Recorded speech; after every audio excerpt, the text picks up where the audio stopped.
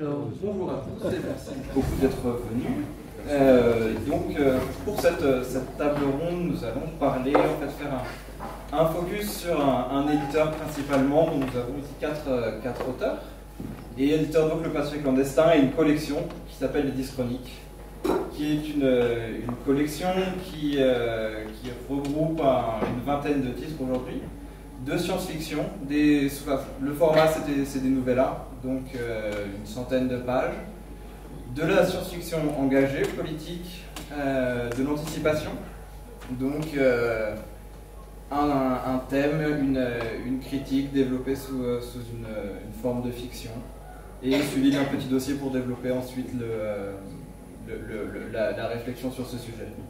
Donc nous avons donc Norman Spinrad qui est dans cette collection pour une petite nouvelle qui s'appelle Continent perdu, qui est une nouvelle d'une visite de New York après la chute et l'apocalypse un peu américaine, et une nouvelle sur l'utilisation de la technologie, sur le rapport entre les races principalement, parce que nous avons une visite de New York par un groupe d'Africains dont l'Afrique sont les leaders mondiaux économiquement.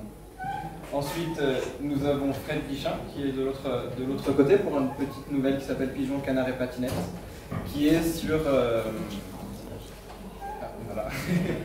sur une communauté vivant joyeusement dans un lieu extrêmement radioactif et développant toutes sortes de difformités, et comment une utopie peut prendre place dans un lieu extrêmement sombre, et comment on peut faire quelque chose de beau. C'est une nouvelle qui rappelle, qui a été écrite suite à la nouvelle des retombées de Jean-Pierre Andrevon, qui est ici, qui est justement cette explosion qui a rendu donc cette communauté telle qu'elle est aujourd'hui. Cette explosion, comment une explosion atomique en France est gérée, qu'est-ce qu'il se passe, comment on informe la population, qu'est-ce qu'il se passe en cas d'explosion atomique. Et pour finir, donc, nous avons Philippe Curval, qui est un écrivain, français depuis des cinquantaines d'années. L'un des grands auteurs dont nous sommes extrêmement heureux de l'accueillir aujourd'hui. Et cette nouvelle s'appelle Le Testament d'un enfant mort, qui raconte comment toute une génération d'enfants se suicide après leur naissance entre 3 mois et 1 an, à peu près. Donc des textes drôles et légers pour certains, des textes extrêmement sombres pour d'autres. Donc moi la première question qui m'intéresse, je veux donc dernier invité que je n'ai pas présenté, Dominique Bellec, l'éditeur du Passager clandestin, et entre autres de cette collection. Donc moi ma première question c'est pour toi Dominique, c'est pourquoi cette collection, comment est-elle venue là? Et voilà. Bonjour. Ça va vous paraître paradoxal, mais en fait sur cette table je suis le seul à être un absolu non spécialiste de science-fiction. Je suis très content d'avoir des aînés qui vont pouvoir corriger mes erreurs quand je vais en faire au fur et à mesure de la discussion. Mais pour répondre à la question de Paco, donc Le Passager clandestin, que je ne vais pas m'attarder à vous présenter, mais quand même très brièvement, c'est une maison d'édition qu'on peut qualifier de critique sociale. Donc le propos de la maison d'édition, c'est d'adresser un certain nombre d'enjeux contemporains et de voir dans quelle mesure une critique construite peut se faire sur les modes de fonctionnement sociaux qu'on s'est collectivement dotés, dont on s'est collectivement doté, mais à travers des textes théoriques, des essais, des textes de sciences humaines. L'idée de la collection Dyschroniques, c'était d'essayer de faire passer les questionnements qui sont propres à l'activité éditoriale du Passager clandestin auprès d'un lectorat qui n'est pas forcément justement un lectorat d'essai. Et ça repose un peu sur le pari qu'avec les outils propres de la SF, donc de la littérature dans un premier temps et de la littérature de science-fiction dans un second temps, on allait trouver, en allant chercher des textes anciens, des problématiques qui ont émergé au même moment dans le domaine des sciences humaines. Les auteurs de SF les bons auteurs de SF ceux qui sont là à notre table aujourd'hui, ont le mérite d'être souvent attentifs à leur temps et à la fois d'être des observateurs de la réalité sociale, politique, économique, technologique, etc., mais aussi des lecteurs, pour une partie d'entre eux, des lecteurs de textes contemporains de sciences humaines. Et donc le pari de la collection, ce que Paco n'a pas dit, c'est que c'est une collection enfin, je ne sais pas si tu l'as dit, mais je ne l'ai pas entendu, c'est une collection de réédition, ou en tout cas d'édition de textes anciens, ce ne sont pas des textes contemporains.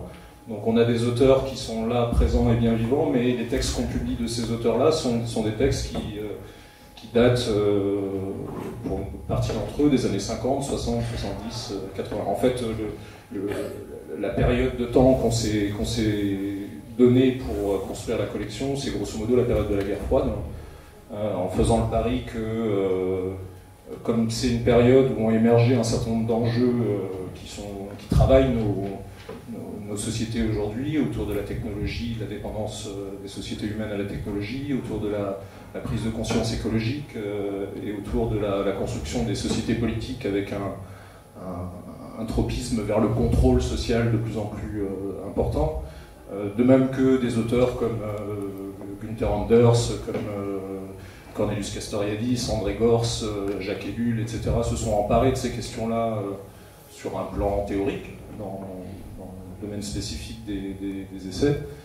L'idée, c'était qu'on allait trouver aussi des auteurs de science-fiction qui, avec les outils propres et les articulations propres de la science-fiction, allaient aussi s'emparer de ces questions dont en étant un petit peu avertis de leur temps, ils avaient conscience en écrivant les textes, et proposer à l'époque, puisque c'est le propre de la science-fiction, des futurs qui sont aujourd'hui devenus notre présent. Donc le principe de sélection des textes qui rentrent dans notre collection, c'est à la fois d'être capable de rendre compte de leur rapport au temps historique et à la période historique à laquelle ils ont été écrits, et en même temps de tenir compte aussi de leur pertinence au regard des enjeux qui nous intéressent aujourd'hui, quoi.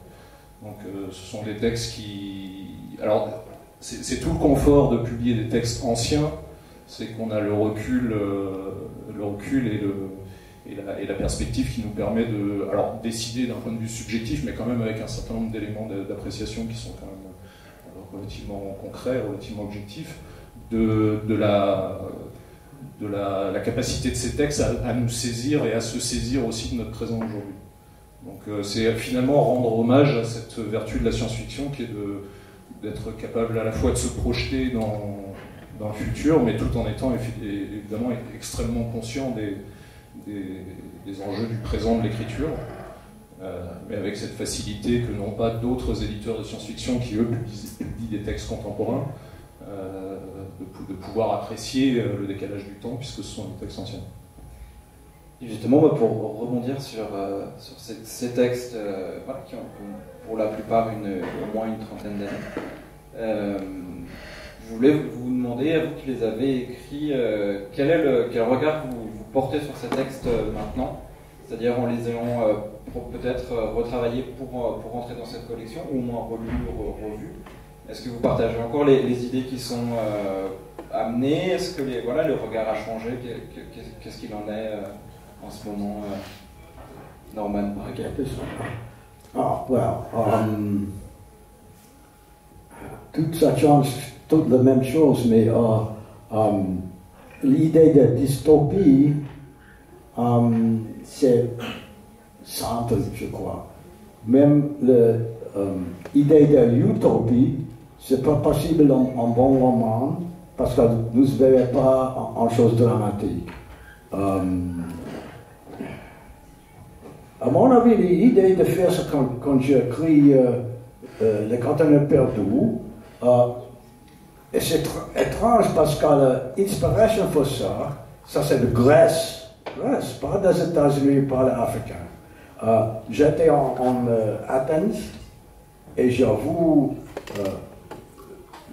le Panthéon est tout ça, et l'art moderne, c'est pour le tourisme, ça c'est l'économie pour Athènes. Et à ce moment, j'ai l'idée de la même chose aux États-Unis. En un certain sens, le continent perdu, c'est une dystopie pour des Américains qui restent avec une économie de tourisme pure et dure. Et ça, c'est une dystopie pour les Américains, mais pour les Africains qui sont pour le tourisme, c'est pas une dystopie. Donc, dans la plupart de mon science-fiction, parce que je pense que la plupart de la réalité de politique et de le monde n'existe pas en dystopie totale, et ça n'existe pas en utopie totale. En utopie totale, ça c'est impossible. Totalement impossible. Parce que avec les choses qui marchent aux États-Unis maintenant, peut-être ici en France avec Marine Le Pen et tout ça, le question est, en utopie pour qui? Et la dystopie pour qui? Et ça c'est le mot mauvais, mais nécessaire, c'est classe. C'est classe. La chose qui est en utopie, pour la première classe, c'est dystopie pour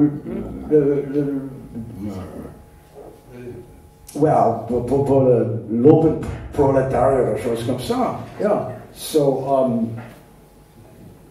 l'idée en utopie ou dystopie, pure et tout, ça ne marche pas. C'est la question politique, mais aussi pour faire un piece de fiction, un roman, une histoire, avec un bon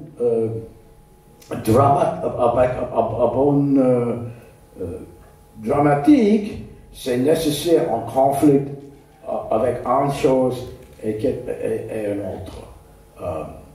Et pour la plupart, avec beaucoup de choses, à mon avis, c'est une lutte de classe. Je ne suis pas communiste. Non.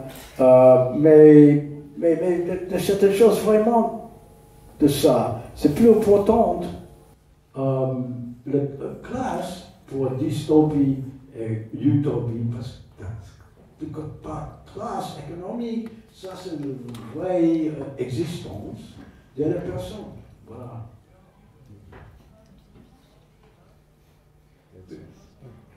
Du coup, pour reprendre justement ce que vous disiez, alors par exemple, Jean-Pierre Andrevon, de quelle façon est-ce que vous relisez votre œuvre aujourd'hui? Est-ce que vous voyez, donc on disait, voilà, qu'est-ce qu'on changerait dans les analyses que vous faisiez il y a quelques années, et à l'inverse, qu'est-ce que vous garderiez comme norme inspirante? Question un peu difficile. Moi, je garderai tout, en fait, parce que j'ai pas changé d'avis. Moi, j'ai débuté dans la science-fiction, donc à la toute fin des années 60, début des années 70. J'avais déjà lu des études sur l'écologie, sur l'environnement, sur la destruction de l'environnement, tout ce qu'on fait à notre pauvre planète, et la situation ne s'est pas améliorée, elle est devenue pire. Elle est devenue pire, non pas que les choses ont changé, mais parce que les analyses qu'on a fait sur ces choses se sont affinées, justement. Alors c'est vrai que de mon temps, disons dans les années 70-80, mes écrits particulièrement, mais de bien d'autres, accentuaient plus le péril atomique, parce que c'était encore la guerre froide, effectivement. On pensait probable qu'une guerre atomique pouvait arriver. Ça a failli arriver en 62 avec la crise des missiles à Cuba. Ça a failli arriver entre l'Inde et le Pakistan dans les années 80. Et maintenant, c'est plutôt effectivement la destruction plus douce de l'environnement, douce, je mets des guillemets bien sûr, plus progressive, plus étalée, si on veut, avec l'effet de serre, avec la destruction de la biodiversité, avec la fonte des glaces, la montée de la mer, etc. Mais on a toujours été, nous, auteurs de science-fiction de ces années-là, issus de mai 68, moi je me définis toujours comme un vieux 68ard, on a toujours eu à l'idée que le futur était plus ce qu'il était, pour reprendre une très belle phrase d'Arthur Clarke. Et voilà, donc, ce que j'écris, on m'a reproché, d'ailleurs, j'écris toujours la même chose, parce que c'est toujours la même chose, justement. Je vois pas ce que je pourrais dire de plus ou de moins, sauf en variant un petit peu les décors, les personnages, les récits. Et voilà, quand on est passé effectivement de la peur atomique, c'est pas pour ça qu'il faut s'en abstraire, hein, ça peut toujours arriver. Hein. Fukushima est là pour nous le rappeler.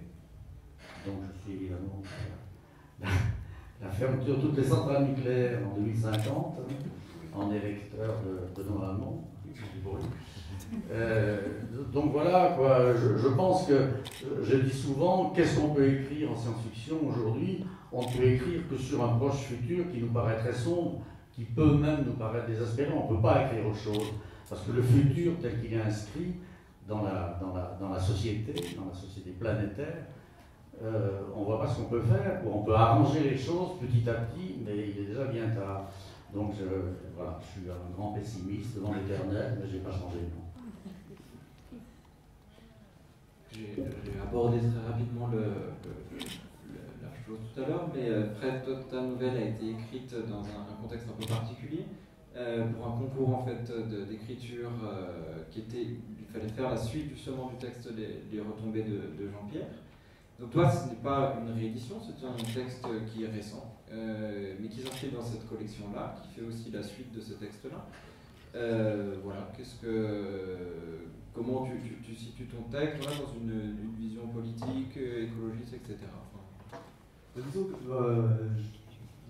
d'abord c'est pas exactement une suite, ça se passe un peu dans un univers qui est issu des conditions qui ont été établies dans les retombées au départ, et ça m'a permis de m'en extraire un peu et d'avoir une certaine liberté à ce sujet. Et le projet en fait c'était plus de montrer de quelle façon, quand le système politique joue beaucoup sur la manipulation des angoisses des gens, en fait, c'est les individus eux-mêmes qui peuvent tenter de s'en extraire, parce que c'est le lien communautaire qui fait le ciment d'une communauté, en fait, qui doit faire face à une situation particulière, puisque dans la nouvelle, ils sont confinés dans une zone d'exclusion qui est contrôlée par les militaires, donc ils ne peuvent pas en sortir, et ils réussissent à s'adapter à leur environnement grâce à ce lien communautaire qu'ils ont instauré.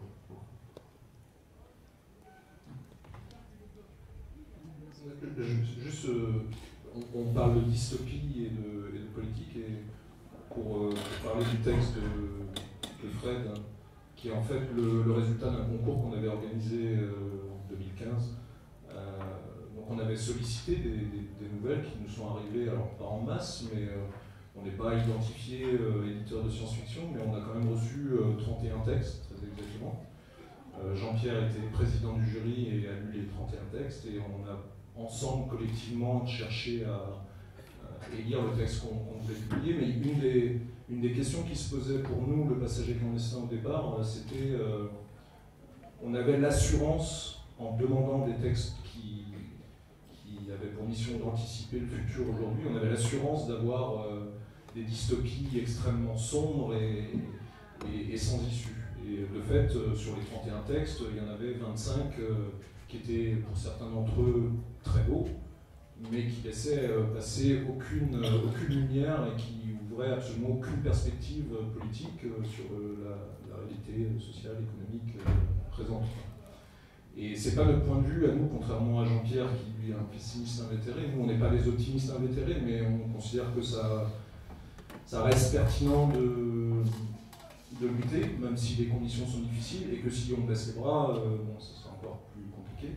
Donc on ne voulait pas et je parlais tout à l'heure du recul du temps, là on l'avait plus ce recul du temps, donc on voulait quand même essayer de retrouver un texte qui, tout en étant réaliste et lucide sur les conditions présentes et probablement sur les effets ultérieurs qu'il fallait en attendre, qui laisserait la place à quelque chose de constructif, ou en tout cas une possibilité, même aussi fine soit-elle. Et outre les qualités littéraires du texte de Fred, c'était cette faculté-là d'entrevoir une forme de sagesse collective dans une situation désespérée qui faisait la force du texte de notre point de vue et qui fait, je pense, la force du texte pour tous ceux qui l'ont lu depuis. On a la faiblesse de penser qu'on a publié un texte important, même s'il est très court, etc. Mais parce qu'il y a ça, précisément. Et que ça rejoint aussi la détermination de notre activité d'édition et puis ce qu'on représente aussi de tout un tas de formes d'activisme sur le terrain et dans la pensée. Aujourd'hui, les temps sont durs, mais il y a beaucoup de gens qui, quand même, se donnent la peine d'essayer de mettre en œuvre des formes de solutions, même si elles ne sont pas définitives et toujours remises en cause. Philippe Curval, comment est-ce que du coup vous voyez, comment a évolué votre façon de voir le futur? D'abord, ma nouvelle n'a pas évolué, elle est plutôt rétrogradée, puisque dans L'homme qui s'arrête, acte d'un recueil de nouvelles, j'avais édité cette nouvelle avec une nouvelle fin. Donc l'édition qui est parue là est l'édition originale avec la fin originale. Donc la seule différence, c'est qu'évidemment, Norman suggérait, à très juste raison, qu'il y a toujours utopie, dystopie, que l'un ne va pas sans l'autre. Et dans cette nouvelle, l'utopie n'existe pas.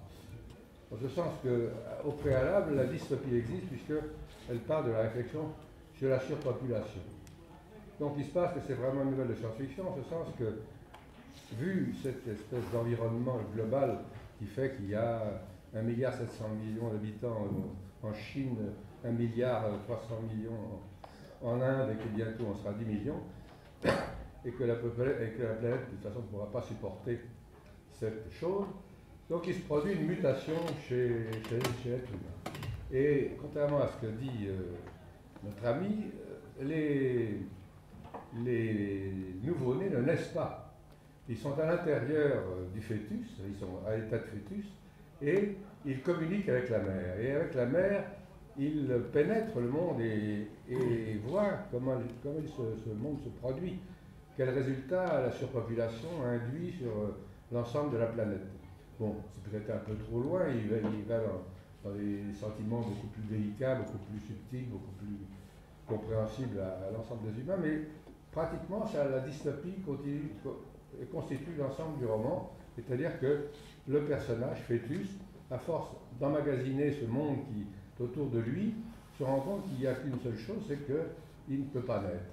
Et donc il y a tout un débat avec un médecin qui se penche sur son cas, puisqu'on sait qu'il y a des problèmes intérieurs dans la gestation de cette femme, et que petit à petit on se rend compte que finalement le bébé ne va pas naître parce qu'il refuse de naître. Donc il y a une espèce de mutation de l'être humain et un refus de la surpopulation. Alors, je me suis bien amusé l'autre jour, donc il était en train de signer des livres là, enfin signer c'est beaucoup dire, enfin les gens passaient, et une dame arrive avec son bébé dans un landau comme ça, et donc elle regarde les livres, et alors très curieusement elle me demande alors ce livre-là, alors je lui raconte toute l'histoire du livre, le deuxième, le troisième, le quatrième, et finalement elle dit celui-là. Je veux dire, c'est l'idée d'un bébé qui ne veut pas mourir, elle est partie avec son landau. D'ailleurs, on a beaucoup de mal à le vendre, je pense que la couverture joue beaucoup. Pour les gens pour les jeunes familles avec des enfants, des femmes enceintes, c'est vrai que c'est très bon. Peut-être rappeler aussi la date du coup de ce roman. Avec 78, hein, c'est ça, Philippe c'est ça. On voit que dans cette collection, pour l'instant, on a principalement des auteurs anglo-saxons, quelques français qui sont très bien représentés sur cette table, un italien. Voilà, je ressors du coup de Dominique, si la question de la traduction en fait, est-ce que c'est une volonté d'avoir, comme tu disais, la question de la guerre froide, donc d'avoir beaucoup d'Américains un point important de cette période, ou est-ce que la science-fiction fait que les anglo-saxons sont beaucoup représentés? Voilà, qu'est-ce qu'il en est? Est-ce qu'on aura un jour d'autres horizons dans cette collection? Je pense qu'il y a un biais en fait dans la période qu'on a choisie, puisque c'est la période de la guerre froide. Donc on accueille des textes qui ont été traduits pour l'instant, qui ont été traduits en français. Donc forcément, au cours de cette période-là, les textes qui ont été traduits en français, c'est de la littérature occidentale, américaine et anglaise, et un petit peu francophone. Mais la masse de la production occidentale du temps, elle est plutôt anglophone. Pour avoir lu un certain nombre de textes venant du bloc de l'Est, et alors très peu finalement, puisqu'ils ont été assez peu traduits, et ils ont été traduits beaucoup après, je suis persuadé qu'il y a aussi des choses très très intéressantes. On peut penser au frère Strugatsky par exemple, où on sait qu'il y a des choses. Il y a une nouvelle qui s'appelle La Forêt, qui était une proposition de Philippe Lécuyer, qui est notre grand pourvoyeur de textes pour la collection, qu'on a eu probablement dans les 4 premiers textes avant même d'initier la collection, et qui est un texte assez puissant, mais dont finalement le lecteur occidental contemporain ne maîtrise pas les codes ni la réalité socio-historique sous-jacente, donc ça la rend difficilement lisible et difficilement perceptible aujourd'hui. Elle est très complexe à appréhender. On sent que c'est un texte en plus très très bien traduit, donc que c'est un texte très intéressant, mais la capacité d'en saisir la pertinence aujourd'hui est beaucoup moins immédiate que d'autres textes, quoi. Donc, pour répondre plus directement à ta question, on a accès effectivement, parce qu'il y a eu des traductions, souvent des traductions sauvages, parfois d'ailleurs assez lacunaires d'un certain nombre de textes, très vite, dans les fanzines, etc., paraissaient des textes qui avaient été publiés 2 ou 3 ans avant. Norman, ton texte, il doit dater de 70, et il a été traduit en français en 74, donc il y a eu 4 années, ou à peine 4 années, pour une nouvelle, c'est pas beaucoup. En revanche, il y a tout un tas de textes italiens, probablement allemands. J'imagine qu'il y a une science-fiction allemande qui était très dynamique à l'époque, ou polonaise, tchèque, russe, etc., à laquelle on n'a pas accès. Autant on est 3 dans la maison d'édition, on peut lire un petit peu des textes en italien, en espagnol, en anglais, mais des textes russes ou des textes polonais ou dans d'autres aires linguistiques et géographiques, on n'y a effectivement pas accès, quoi. Donc dans la masse des textes publiés, on sent là, au bout de 3 ans et demi d'existence de la collection, on n'a pas épuisé le fond, mais on commence à arriver un petit peu au rang de comète. Donc on sait là maintenant que pour les textes anglo-saxons, puisque c'est ceux qui nous sont le plus accessibles, il va falloir qu'on aille chercher à la source, donc on aille chercher des textes. D'ailleurs, Norman m'a parlé d'un texte de Philippe José Farmer, dont je ne donnerai pas le titre parce qu'il y a des éditeurs dans la salle qui pourraient me piquer l'idée, mais qui pourrait être intéressant. Mais voilà, pour répondre à ta question, il y a tout un tas de langues auxquelles on n'a pas accès, donc on repose pour ça sur à la fois des bonnes volontés, parce qu'on a des propositions de textes qui arrivent de lecteurs de la collection, qui de temps en temps nous font un petit mail en nous disant « mais ça vous n'avez pas publié, vous connaissez ce texte, etc. » Donc s'il y a des gens dans la salle qui maîtrisent des langues rares et qui connaissent la science-fiction, d'autres espaces culturels, on est preneurs. Simplement, nous, on n'y a pas accès directement. Pour continuer dans les répartitions en fait, de ces textes, de cette collection, l'une des autres choses qui m'a intéressé, c'est le nombre de femmes dans la collection, qui est en fait de 2 auteurs femmes sur une vingtaine de nouvelles. Et là, ce serait plutôt une question que j'aimerais poser à vous 3, qui êtes dans le milieu des écrivains de science-fiction depuis longtemps, et savoir la place de la femme dans le milieu de la science-fiction. A-t-elle évolué? Est-elle? Est-ce qu'il y a une place de la femme? Enfin, voilà, qu'est-ce qu'il en est? Well, ça c'est une longue histoire littéraire et culturelle. La vraie chose, c'est pas beaucoup d'écrivains féministes dans le science-fiction jusqu'aux années 60 ou comme ça. C'est la même chose, c'est un miroir de la culture générale. Et pour cette raison, vous avez un manque de science-fiction féministe, parce que le féminisme politique et culturel n'existe pas pour la plupart comme maintenant. dans les années après la Grande Guerre, les 50, comme ça, n'existe pas. C'est pas d'écrivain, c'est pas d'écrivain féminine, mais aussi c'est un manque aussi de féminisme masculin pour écrire une chose comme ça. C'est pas une chose unique, à mon avis, de science-fiction. C'est aussi une question de l'idée de science et technologie. C'est une chose pour le mec, et autre chose, c'est une chose pour les femmes. Ça, c'est les années 50. Tout commence à changer dans le prochaine décennie, avec par exemple aux États-Unis Joanna Ross, et après maintenant pour beaucoup d'autres écrivains féministes maintenant, ici le même, mais c'est pas une littérature, même science fiction, n'existe pas dans une vie culturelle. Dans une histoire culturelle. Et les choses, et peut-être c'est un manque de littérature science-fiction écrite par les femmes ou écrite par les hommes avec une idée féministe. Ça, c'est un résultat dans la culture surround. Et maintenant, on changé. Maintenant, vous avez beaucoup d'écrivains de science-fiction, ou particulièrement de fantasy. Et ça, c'est une autre chose. Jusqu'à les années 60 ou plus, la plupart de SF qui étaient écrits plus et plus par les femmes sont de fantasy. Fantasy pour les femmes et technologie pour les hommes. Bleu pour le baby masculin. Rose pour les petites femmes. Et ça, c'est une chose qui existe dans l'harmonie, peut-être.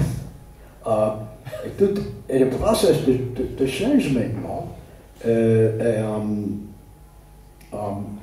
ça c'est un changement culturel et la science-fiction jouait en part dans l'évolution sociale, mais c'est pas la responsabilité seulement de la science-fiction de changer tout en culture littéraire, politique, sociale complète dans tout le monde. Nous faisons votre part, peut-être, mais c'est pas notre boulot de faire le changement de toutes choses comme ça. Oui, alors il y a un roman dont j'ai entendu parler, je ne connaissais pas, qui est américain, qui s'appelle La Servante Rouge. Qui d'ailleurs, je ne connais pas le nom de l'auteur. Théoriquement,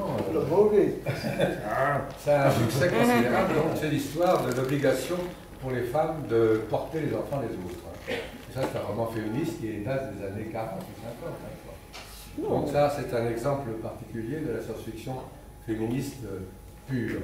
Mais bon, si moi je prends l'exemple de la France en dehors des auteurs américaines comme Ursula Le Guin ou d'autres, bon, elle écrit de la science-fiction comme tout le monde pourra en écrire, peut-être avec une tonalité légèrement différente. En voyant qu'en France, on a accueilli les auteurs femmes comme n'importe lequel, simplement, il n'y en avait pas beaucoup. Les livres n'étaient pas refusés spécifiquement. Moi, je n'ai pas participé directement à la publication des livres. Quand j'ai fait des recueils de nouvelles, j'ai pris les nouvelles de femmes qu'on m'envoyait et je les ai publiées quand elles étaient bonnes, mais il n'y a absolument pas de distinction, mais c'était avant tout de la science-fiction avec peut-être une tonalité différente. Mais c'est vrai qu'aujourd'hui, il y a une évolution considérable. On peut dire même Catherine Dufour, par exemple, écrit vraiment une science-fiction qui qui est résolument pas féministe, mais vraiment avec une profonde expression femme. Et ça, c'est la grande différence qui est aboutie, c'est qu'aujourd'hui, il y a une évolution, je rejoins totalement Norman dans cette idée, c'est qu'il n'y a eu aucun barrage contre la science-fiction écrite par des femmes, mais que petit à petit, effectivement, les sentiments féministes se sont développés, et qu'en plus, l'appréhension de la technologie par les femmes a été de plus en plus importante. Elles se sont libérées par le travail, et donc elles ont commencé à asseoir une nouvelle science-fiction qui correspond à leur mentalité. J'ai la mémoire d'une chose étrange et je ne comprends pas à ce moment.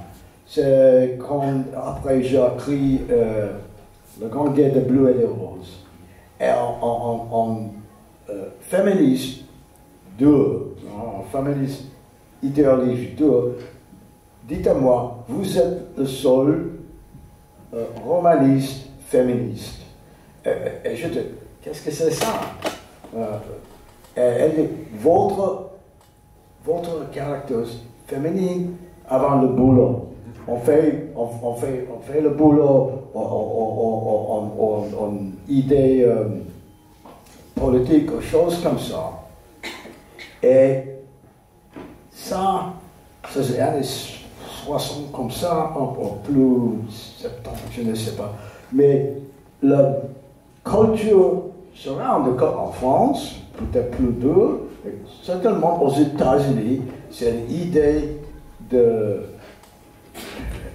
la famille nucléaire, pas comme certains nucléaires, mais de famille nucléaire, c'est un homme qui fait le boulot, qui est de femme, qui fait les choses dans la maison, fait dîner, tout ça, avec des petits. Mais c'est une chose culturelle dans l'idée d'une femme qui fait le boulot dans le monde extérieur. 22, 3, beaucoup après, avec les choses économiques qui étaient c'est nécessaire pour la plupart des personnes, on fait le flic pour 4. Et c'est difficile en avantage pour un homme de faire seulement lui-même comme ça. Et les femmes, on est fait une chose pour le flic extérieur. La science-fiction, c'est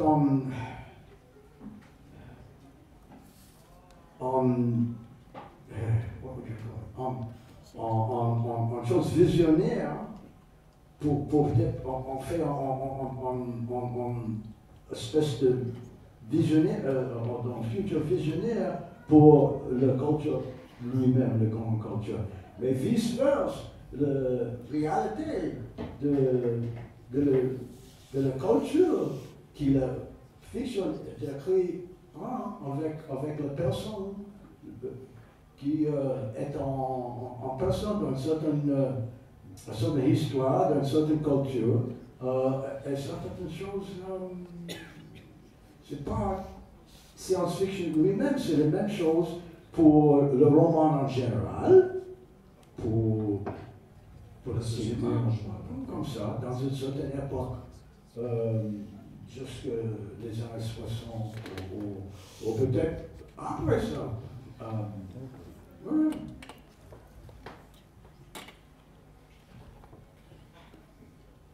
Pour parler de la collection, ce qui m'a le plus étonné, et qui est peut-être ce qu'il y a de plus fondamental dans la collection, c'est quand même la courte nouvelle de Murray Leinster qui s'appelle Un Logic Meggio. Parce que c'était écrit, je ne sais plus, en 36. En 36. 46. En 46, et quand même, c'est une description de l'ordinateur qui est vraiment totalement extrêmement rare dans la science-fiction, parce que Donc on a beaucoup travaillé sur le futur, mais d'une manière générale, on n'a pas inventé grand-chose. Hein. Simplement, on a inventé les situations, on a inventé les transformations de la société, mais au point de vue véritablement invention scientifique, non. Il est évident qu'on suit la science de près, mais qu'on n'est pas les scientifiques. Et que là, dans ce roman, dans ce court roman de Murray Leinster, qui par ailleurs a écrit une des plus belles nouvelles que je connaisse sur l'Odyssée martienne, où pour la première fois on voit vraiment des extraterrestres incompréhensibles, qui est quand même très difficile à rendre. Et là, l'idée quand même que cet auteur a réussi en 40 et quelques à pronostiquer, alors que c'était pratiquement impossible à l'époque, les résultats de ce qu'allait devenir l'informatique. Mais pas tout à fait impossible, et c'est ça qui est intéressant, il ne s'agit pas de penser que les auteurs de science-fiction, pas plus que d'autres acteurs culturels, voire même individus humains sur Terre, soient des prophètes ex nihilo. Il y a quand même des éléments dans la période contemporaine de Murray Leinster en 1946 qui pouvaient l'orienter vers ça. Déjà, on a commencé avec Turing à imaginer quand même des supercalculateurs et des modes informatiques de résolution. Il y a des gens comme Teilhard de Chardin qui avaient imaginé un petit peu comment l'esprit humain pouvait devenir une sorte de tout, parce que dans la nouvelle de Murray Leinster, non seulement il anticipe l'ordinateur, mais il anticipe la mise en connexion de tous ces ordinateurs, donc quasiment Internet. Et puis il y avait un chercheur de l'armée américaine qui s'appelait Vannevar Bush, qui avait déjà commencé à théoriser les liens hypertextes, un certain nombre de modes de résolution des problèmes informatiques qui commençaient à être rencontrés à ce moment-là. Donc tu as raison, effectivement, c'est incroyable de lire ce texte parce qu'il va jusqu'à décrire le basculement de l'Internet dans la phase commerciale et puis tous les usages dévoyés qu'on a pu en faire à partir des années 90. Mais il avait quand même des solides bases technologiques et techniques à l'époque pour pouvoir le pressentir. C'est toute la force de la SF, c'est que c'est aussi un genre d'interprétation de la réalité contemporaine. Quoi. Et donc il arrive aussi des fois qu'on a des interprétations lumineuses, donc on réussisse finalement un peu à deviner ce qui peut arriver. Oui, c'est ça. Je ne sais pas s'il y a des gens qui sont des lecteurs de SF dans la salle. Oui, je sais pas. Non, moi je disais tout à l'heure, j'étais pas du tout un spécialiste, mais j'étais lecteur quand j'étais ado, et ce qui me fascinait c'était évidemment la puissance de l'imaginaire. C'est en se fondant et en construisant bloc par bloc sur des réalités présentes. C'est pour moi la différence peut-être entre la SF et la fantasy, encore peut-être on peut en discuter, mais il y a une capacité à se projeter précisément, donc à spéculer sur la nature et la solidité matérielle, scientifique des réalités observées sur le présent, mais pour construire des hypothèses, des cas d'études finalement sur ce que pourraient donner ces réalités-là, et du coup de considérer le présent comme un objet spéculatif qui peut permettre la réflexion, la mise en œuvre d'une réflexion sous l'angle de on sait ça, ça, ça et ça. Si moi je les mets ensemble avec mon cerveau d'écrivain de science-fiction, pour moi ça peut donner ça, et voilà ma proposition littéraire. Quoi. Et évidemment, pour certaines d'entre elles, elles sont lumineuses aujourd'hui parce que statistiquement, il y a des chances que certaines d'entre elles tombent juste. Quoi. Et pas que statistiquement, il y avait aussi des éléments concrets qui permettaient d'appréhender peut-être pas le futur, mais en tout cas les devenirs possibles des réalités présentes. Et à contrario, il y a des choses qu'on ne prévoit absolument pas, ou en tout cas qu'on a du mal à voir, comme vous avez parlé de la menace atomique qui a fait place plutôt à la menace environnementale, ou également à la crise économique, aux effets des crises économiques qui ne se perçoivent pas forcément, qui ne peuvent pas être détectés. Sur ce point, Jean-Pierre, la nouvelle qu'il a écrite, Les Retombées, elle paraît en 1979, et donc elle a été écrite certainement quelques mois avant l'accident de 3 Mile Island, le premier accident nucléaire recensé dans une centrale en Occident, parce qu'il y en a eu d'autres en Russie à la même époque, enfin voire même 20 ans auparavant, mais qui n'ont jamais été enregistrés ici. Et donc là pour le coup, d'ailleurs, dans les prémices du texte, tu laisses planer le doute sur la source de la catastrophe. Ça peut aussi bien être une bombe larguée qu'une centrale qui explose finalement. Et ça, c'est 3 mois avant que les journaux ne fassent état de cet accident états-unien. Oui, tout à fait. Oui, mais c'est la grande question de la science-fiction. Qu'est-ce qu'on invente, qu'est-ce qu'on n'invente pas? Moi, je crois qu'on n'invente jamais rien. Si on veut vraiment parler de ça, il faut remonter à Jules Verne. Qu'est-ce qu'il a inventé? Rien du tout. Parce que le sous-marin, il ne l'a pas inventé. Il a été inventé sous Napoléon pour arriver à traverser la Manche jusqu'en Angleterre, etc. Donc, la science-fiction n'explore pas le futur en général. Elle explore le futur de l'époque où le texte a été écrit. Ça, c'est une grande banalité, mais il faut toujours s'en souvenir. Et moi, ce qui m'intéressait avec cette histoire d'explosion atomique, c'est quelque chose qui m'a toujours interpellé, qui m'a toujours interrogé, qui m'a toujours hanté, l'atome, c'était ce qui se passait après, en fait. Peu importe, la bombe, elle vous tombe sur la gueule, on ne sait pas d'où ça vient. On n'est pas prévenu d'avance. En général, où une centrale explose, on ne sait pas. Hein, il n'y a qu'à voir Tchernobyl, par exemple. Les gens ne savaient pas du tout ce qui se passait. Ils voyaient un feu d'artifice comme ça au loin, avec des belles illuminations dans le ciel. Ils étaient contents. Mais qu'est-ce qui se passe après? Et après, eh bien, effectivement, c'est là où l'imagination se rejoint la dystopie, parce que ce qui se passe après, c'est la remise en ordre, c'est la reprise en main, c'est l'ordre qui vient. Alors les militaires arrivent, l'armée arrive, la gendarmerie arrive, tout à fait, on cloître les gens, on les répartit. C'est ça qui m'intéressait, quoi. Et ce qui est inquiétant, et qui est toujours inquiétant aujourd'hui, et qui est de plus en plus inquiétant, c'est que si des catastrophes écologiques vraiment importantes arrivent, qu'est-ce qui se passe? Mais il y aura toujours une caste qui essaiera de réguler la chose, qui essaiera de la prendre en main, qui séparera les gens entre les riches et les pauvres, etc. Donc le catastrophisme débouche toujours sur une dystopie, quoi. C'est ça en fait le vrai sujet de la science-fiction. Qu'est-ce qui arrive? Il y a un point de départ, puis qu'est-ce qu'il y a après, quoi? Ben après, c'est la puissance de l'oligarchie, des riches, de l'armée, tout ce que vous voulez, qui reprend les choses en main avec voilà, une séparation de castes, de classes, etc. C'est ça en fait qui m'intéressait, quoi. Je me suis évidemment inspiré de loin sur ce qui s'était passé pendant la guerre avec la Shoah. Hein. Les Juifs, on les ramassait, ils ne savaient pas où on les emmenait. Au début, ça paraissait partir en vacances ou presque. Puis ils étaient parqués dans des camps français, puis après ils prenaient le train, ils arrivaient à Auschwitz ou à Birkenau, à Dachau, et là ils mouraient, quoi, dans les circonstances qu'on sait. Donc voilà, la catastrophe elle est là, elle se produit, et puis il y a les suites, et les suites sont aussi catastrophistes que la première catastrophe qui enclenche ça c'est ton pessimisme fondamental. Voilà, je suis désolé, mais voilà, c'est comme ça.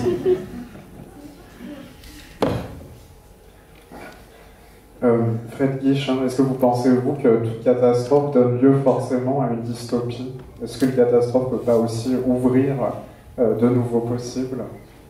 Dans la mesure où la catastrophe arrive à des gens, c'est la réaction des gens face au réel qui décide de ce qu'ils en font, en fait.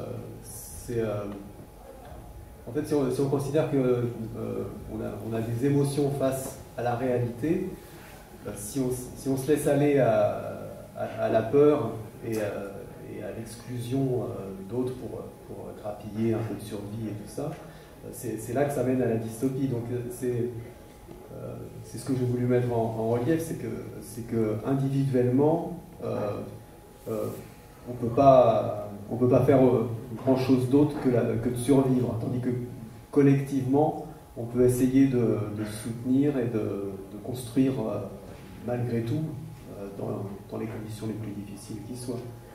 Et c'est pas facile, mais c'est la seule solution que j'ai réussi à envisager face à toutes sortes de catastrophes, en fait, n'importe lesquelles, pas seulement les catastrophes écologiques, politiques ou autres. Voilà, c'est le côté humain qui compte.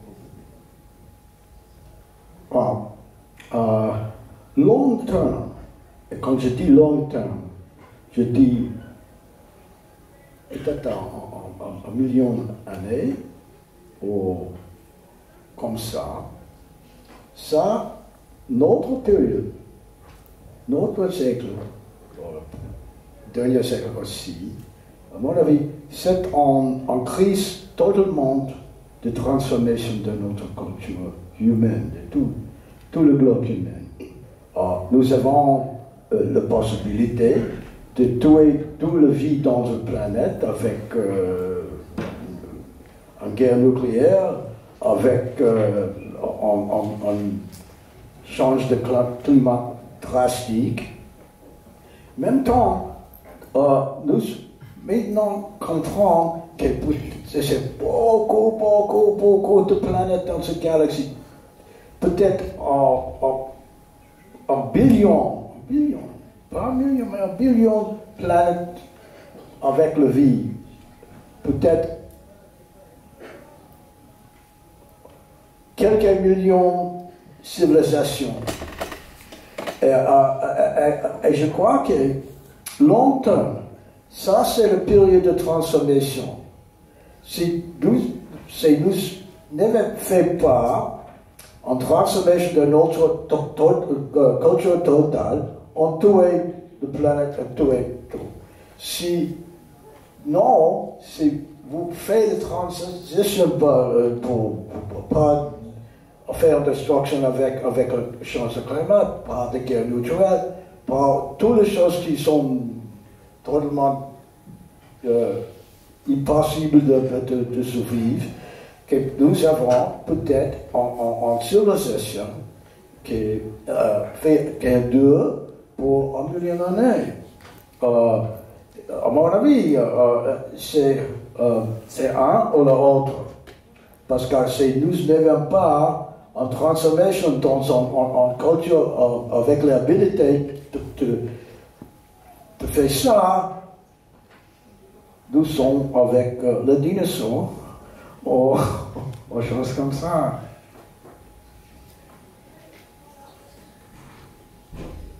Du coup, on va passer aux questions du public, parce que la discussion avance et qu'il est bientôt l'heure. Est-ce que certains d'entre vous ont des questions? Il faut passer le micro.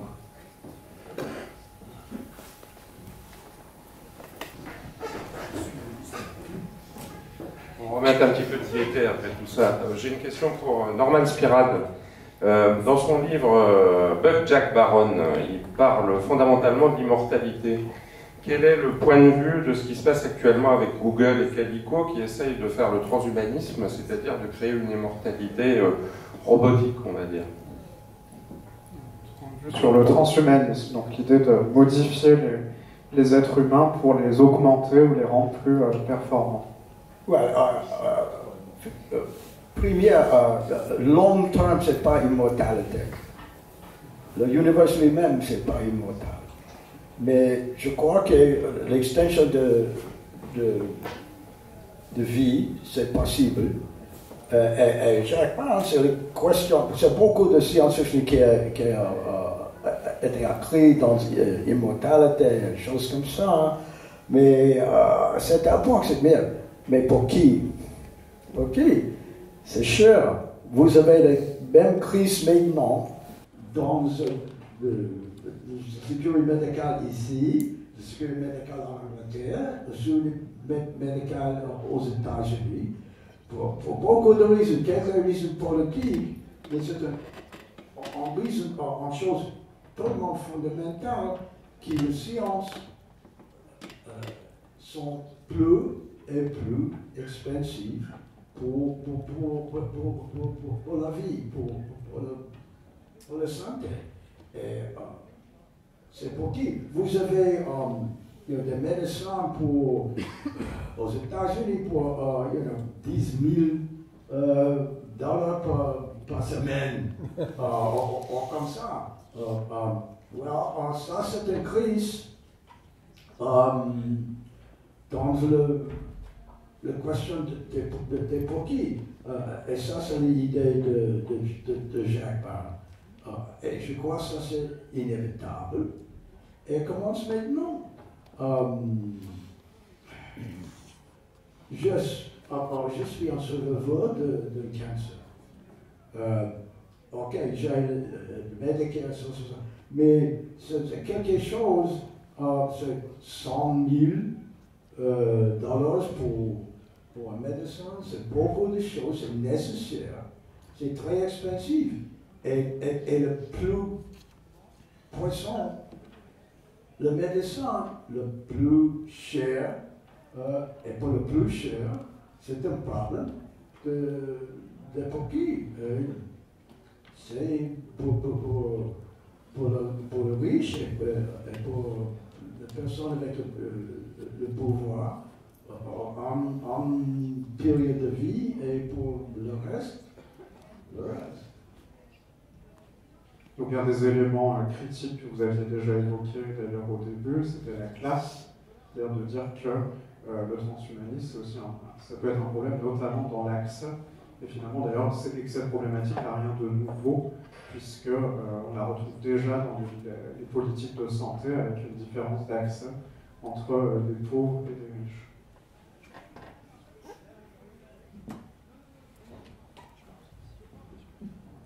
Bonjour. Je ne suis pas un grand amateur de science-fiction, mais dans ce que vous disiez tout à l'heure, j'ai l'impression que vous servez beaucoup de la catastrophe pour démarrer vos histoires ou pour créer des intrigues. Et je voulais vous demander, est-ce que, puisque je ne suis pas grand amateur, peut-être pourriez-vous m'éclairer, est-ce que ce serait possible d'imaginer des mondes de science-fiction qui ne soient pas basés sur des grandes ruptures, des grandes catastrophes qui changent le monde, mais plutôt un changement graduel et marginal sur une longue période qui pourrait aboutir à une société dystopique. On peut dire malgré tout qu'un grand nombre d'ouvrages de science-fiction part sur une utopie, puisqu'on imagine un monde totalement différent qui correspond à celui de l'auteur, et simplement, la plupart des romans de science-fiction, c'est l'histoire de destruction d'une utopie. On ne peut pas dire justement que la science-fiction soit pessimiste. D'ailleurs, il y a des livres de science-fiction qui se terminent d'une manière relativement optimiste. Donc on ne peut pas dire vraiment que ça soit systématique dans la construction pour un écrivain de science-fiction, parce que s'il ne partait uniquement que de la destruction du monde, finalement, ça n'arriverait pas. Même chez Andrevon, au début, les personnages sont plutôt alertes, et puis petit à petit, ils se désagrègent et se transforment jusqu'à son rêve absolu, c'est-à-dire la disparition de l'être humain. C'est notre humain destiné, on ne peut rien. Voilà. Nous mourrons en tant qu'individus, voilà. La civilisation mourra en tant que civilisation. Alors c'est 100 ans, c'est 500 ans, c'est 5000 ans, oui. Peu importe en fait. Moi je crois qu'on va vers l'inexorable, parce que nous-mêmes allons vers l'inexorable, on va mourir. On a dit que les capacités humaines pouvaient se prolonger jusqu'à 130, 140 ans. C'est déjà très, très remis en question maintenant. D'ailleurs la croissance humaine s'est stabilisée. Elle est même en train de régresser, notamment aux États-Unis. Donc il ne faut pas trop se faire d'illusions. Mais je crois qu'il faut savoir qu'on est fragile en tant qu'individu, en tant que civilisation. On sait que toute civilisation est mortelle, que nous-mêmes sommes mortels, donc il n'y a pas à avoir peur de ce qu'on appelle le catastrophisme. Ça fait partie de notre humanité. Alors évidemment, on peut arranger les choses. On a beaucoup parlé de pessimisme. C'est un terme que j'aime pas trop. Disons que je suis lucide. Je suis lucide parce qu'il suffit de regarder les chiffres. Il suffit de regarder les chiffres. L'accroissement de la température, l'accroissement de la population, ça ne va pas ensemble, ça. Pourquoi la population continue de croître alors que la dégradation de l'environnement s'accélère? Est-ce qu'on peut répondre à cette question? Ah ben non, il faut continuer à faire des enfants, un bébé c'est si joli, puis qui va payer nos impôts, qui va payer notre retraite? Enfin, moi j'ai entendu toutes ces conneries. Mais n'empêche, si on le sait, c'est pas pour ça qu'on a la solution. Est-ce qu'on arrête tout de suite à faire des enfants? Il y a un moratoire des naissances pour 25 ans. Moi je signe tout de suite, mais malheureusement ça ne marche pas comme ça. Donc c'est difficile quand même d'être optimiste, mais je dirais qu'il faut faire avec, je ne baisse pas les bras. Comme disait notre ami, il faut toujours lutter pour retarder l'inévitable. On peut dire ça si vous voulez. Oui, ben, je peux être que d'accord avec ça. Retardons-le le plus possible. Voilà. Après, on peut en effet peut-être faire aussi une typologie des catastrophes. C'est-à-dire qu'il y a des catastrophes comme ça qui sont immédiates, qui sont un signe noir qu'on n'avait pas forcément prévu, donc la catastrophe nucléaire notamment, et puis ces catastrophes au long cours, donc qui viennent, comme vous disiez, très lentement, qu'on voit arriver, mais contre laquelle on ne peut rien faire. Donc comme par exemple la surpopulation. Et puis, il y a cette typologie-là, sans doute, qu'on peut faire, et puis peut-être aussi, c'est aussi une question de point de vue, la catastrophe pour les uns. Comme on disait pour l'utopie des uns et la dystopie des autres, la catastrophe, parfois, c'est la catastrophe pour les uns, et c'est une chance pour les autres, donc notamment pour Continent perdu, du coup, où là, on a un renversement des puissances qui se fait au profit de l'Afrique. En fait, il y a aussi deux volets intéressants. Si on focalise autant autour de la question de la catastrophe, je pense que c'est parce qu'elle est pour nous tous plus ou moins consciemment présente à l'esprit. Il y a deux versants. Il y a la fameuse théorie dont vous avez entendu parler de l'effondrement, qui est d'ailleurs un peu plus qu'une théorie, puisque donc, il y a un certain nombre d'indicateurs écosystémiques qui ont été un peu mis en place. Et le dépassement de limites définies par ces indicateurs-là créerait une réaction en chaîne de basculement collectif, climatologique, écosystémique, maritime, etc. Et donc les indicateurs en question, 5 d'entre eux sur 9 ont déjà plus ou moins été dépassés. Donc qu'on ait cette conscience diffuse d'être dans un moment de basculement possible, c'est pas du tout étonnant. Je ne pense pas que ce soit juste un rappel médiatique constant sur la question. D'ailleurs, je pense qu'on nous entretient plutôt dans l'idée du spectacle, de l'érotisation de la catastrophe que de la lutte contre la catastrophe elle-même. Mais à l'inverse, il y a aussi cette idée un peu développée par des gens comme Serge Latouche de pédagogie des catastrophes. Avant la catastrophe globale finale, on est tous sujets à être confrontés à des catastrophes locales, voire d'un localisme assez large, mais qui peuvent être l'occasion d'un ressaisissement. C'est un peu ce que Fred évoque dans son texte, finalement, un ressaisissement, en tout cas non pas d'une adaptation, parce que ce serait terrible de penser la chose en termes d'adaptation, mais d'une démarche pour repenser les rapports de sociabilité, les rapports de force entre les groupes, de remettre en cause, de privilégier par exemple, comme le fait Fred dans sa nouvelle, la fragilité plutôt que l'hubris et la croissance à tout prix, etc. Donc on est là, je pense, dans des moments historiques où on observe sur le terrain, concrètement, à différents endroits, je pense que vous avez tous des exemples en tête, des formes de co-création d'un monde autre, alors qui sont minoritaires, qui sont faibles, qui sont probablement voués à être balayés par l'histoire l'histoire géologique qui nous attend, mais qui en attendant sont des formes de réimagination en acte, de poétisation en acte des rapports sociaux et du monde, quoi. Et moi je vois à la fois la beauté et une lumière qu'on serait bien bête de ne pas considérer attentivement dans ces expériences collectives là, quoi.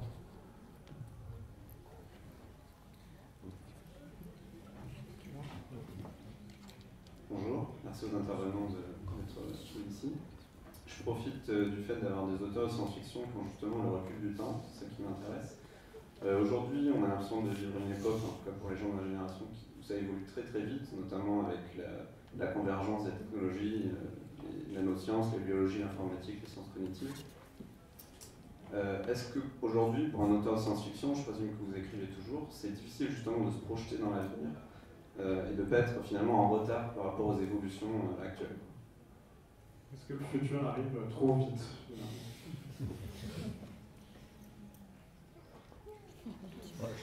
Je peux essayer de répondre. Effectivement, la science-fiction, à la fois. Je vais préciser ma question du coup, parce que c'est vrai que c'était peut-être pas clair. Est-ce que c'est plus difficile aujourd'hui qu'avant? Voilà. Non, c'est pas plus difficile, parce qu'avant, on imaginait un futur tel qu'on l'imaginait en 1950, en 1960, en 1970. Aujourd'hui, on l'imagine tel qu'il se dessine en changeant, et en changeant pas si vite que ça. En fait, il y a de très grands romans sur les changements climatiques. Je pense à c'est la tempête du siècle, je crois, de John Barnes, qui a été écrit il y a une quinzaine d'années, une vingtaine d'années, où il décrit des ouragans, des îles submergées. Donc on sait tout ça, on sait toujours à l'avance malgré tout. Même si les événements se passent 10 ans, 15 ans, 20 ans plus tard, si on est lucide, je reprends ce mot, si on regarde ce qui se passe, si on se tient au courant, si on regarde les chiffres, on sait ce qui va arriver. Donc finalement, pour un écrivain de science-fiction, c'est pas si difficile de décrire un futur qui est peut-être pas prévisible absolument, mais qui quand même est probable, quoi. Donc, parfois on se trompe, hein, parfois on se trompe pas. On parlait de l'Internet, dont à part la nouvelle de Muriel Leinster, on n'a pas vu venir, hein, l'Internet. Aucun auteur n'en a vraiment parlé, de cette communication globale. Les voyages dans l'espace, c'est assez marrant, parce que si on prend des romans, même qui ont été écrits dans les années 40-50, on atteindrait la Lune en 2100, 2150. Et puis, une fois qu'on a atteint la Lune, on a dit, ah ben on va atteindre Mars dans 10 ans. Et là, on est très loin de l'atteindre. Donc, c'est un peu un jeu à pile ou face, mais c'est le jeu de la science-fiction, justement. C'est en cela qu'elle est intéressante. On ne décrit pas le futur, on décrit un futur dont on pense qu'il est crédible, c'est tout. Hein. On est des saltimbanques, on n'est pas autre chose, hein. On n'est pas des hommes politiques. Hein. Et sur le plan sociétal aussi, si on parle uniquement que des problèmes écologiques, mais enfin il y en a d'autres, la société elle-même évolue. Mais par exemple, si on analyse les choses, par exemple, moi j'ai relu il n'y a pas longtemps Les Sœurs Vatar de Joris Karl Huysmans, qui se passe en 1850. Eh bien, croyez-moi, pour quelqu'un d'aujourd'hui, n'importe qui d'entre vous, c'est un roman de science-fiction. Parce que pour les gens, la façon dont les gens vivent à cette époque-là, ça nous est incompréhensible. C'est un monde horrible, tragique, où tout le monde est soumis, où vraiment la population est dans un état de famine, où l'industrie crache comme des poumons de tout le monde. C'est extraordinaire. Donc, si vous voulez, nous, c'est exactement la même chose qu'on fait, simplement, on se projette dans l'avenir en essayant de décrire quelque chose qui pourrait arriver. Et là, si on revient dans le passé, qu'on voit un roman de 150 ans, surtout un naturaliste, donc quelqu'un qui écrivait exactement précisément ce qu'il voyait, en plus c'est un écrivain admirable, eh bien vous verrez, lisez ce livre, vous serez projeté dans un univers complètement parallèle. C'est juste une petite anecdote qui n'a pas grand-chose à voir avec la science-fiction, mais qui est réelle. Il y a une expérience qui a été faite, je ne sais pas, il y a 10-15 ans, à Londres. On a sélectionné des volontaires devant vivre comme on vivait 100 ans avant. Ils y sont pas arrivés, quoi. Ils n'avaient pas d'eau chaude, ils n'avaient pas de shampoing pour se laver les cheveux. C'était comme ça, quoi. C'était effectivement un monde terrible. Et voilà, quoi. Et alors, dans 100 ans, qu'est-ce que ça sera? Chacun son avenir. La dystopie, parfois, c'est juste qu'elle ajoute dans le passé. Elle est très vue dans le passé. Peut-être une dernière question, et puis ensuite on clora la table ronde.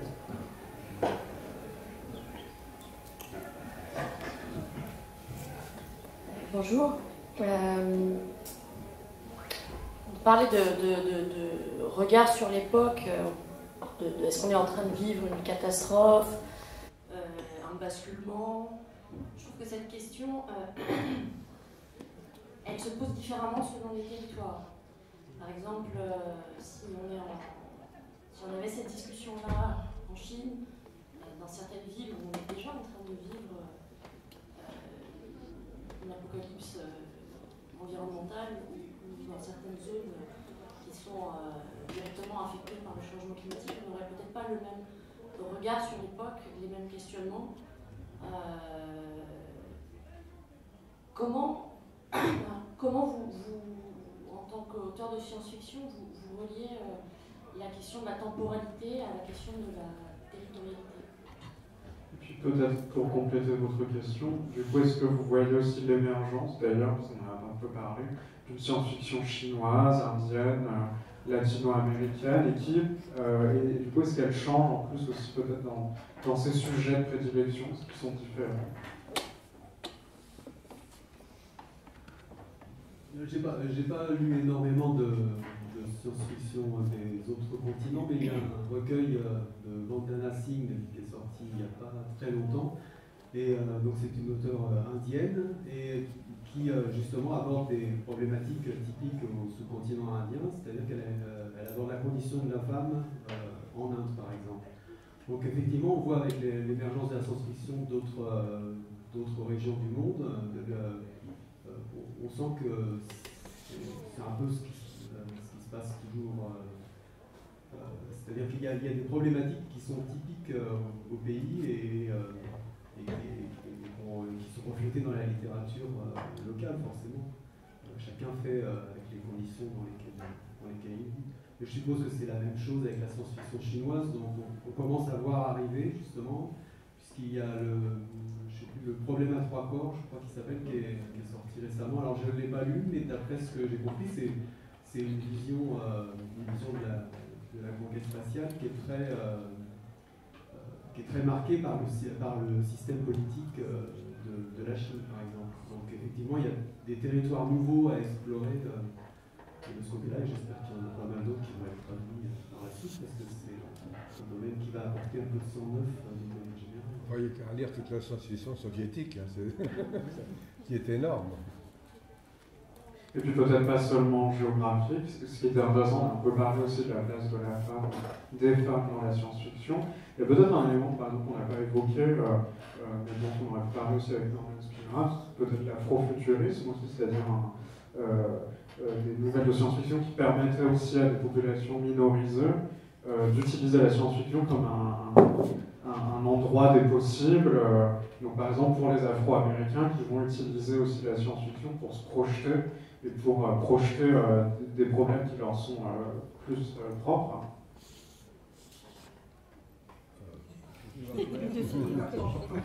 Pas beaucoup, non. Je dis, quand je dis, non, what is the question? Just about the Afrofuturism, if you have something to say about that. I think it's something important, interesting.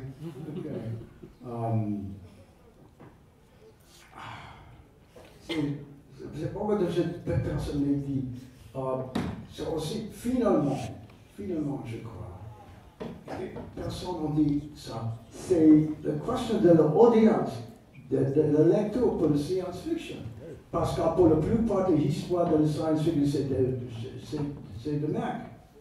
C'est des mecs, c'est une chose technique, c'est blablabla comme ça. Et le change commence, je ne sais pas, 10 ans, mais pas plus. Et tout ça, c'est une audience, l'audience change. L'audience avait un effet de les choses qui étaient écrites, et les choses qui étaient écrites avaient un effet de quelle sorte d'audience vous avez pour la science-fiction. Comme par exemple, on va dans l'extérieur là, maintenant, le science-fiction, le sci-fi, l'SF, c'est la plupart des choses vachement plus grandes. C'est le film, c'est la télé, c'est le jeu vidéo, tout ça, c'est vachement plus grand, économique, avec des audiences vachement plus grandes. Et ça, c'est un effet aussi dans le livre qui a été édité par le publisher. C'est un changement de l'audience. On change la littérature aussi. C'est un feedback.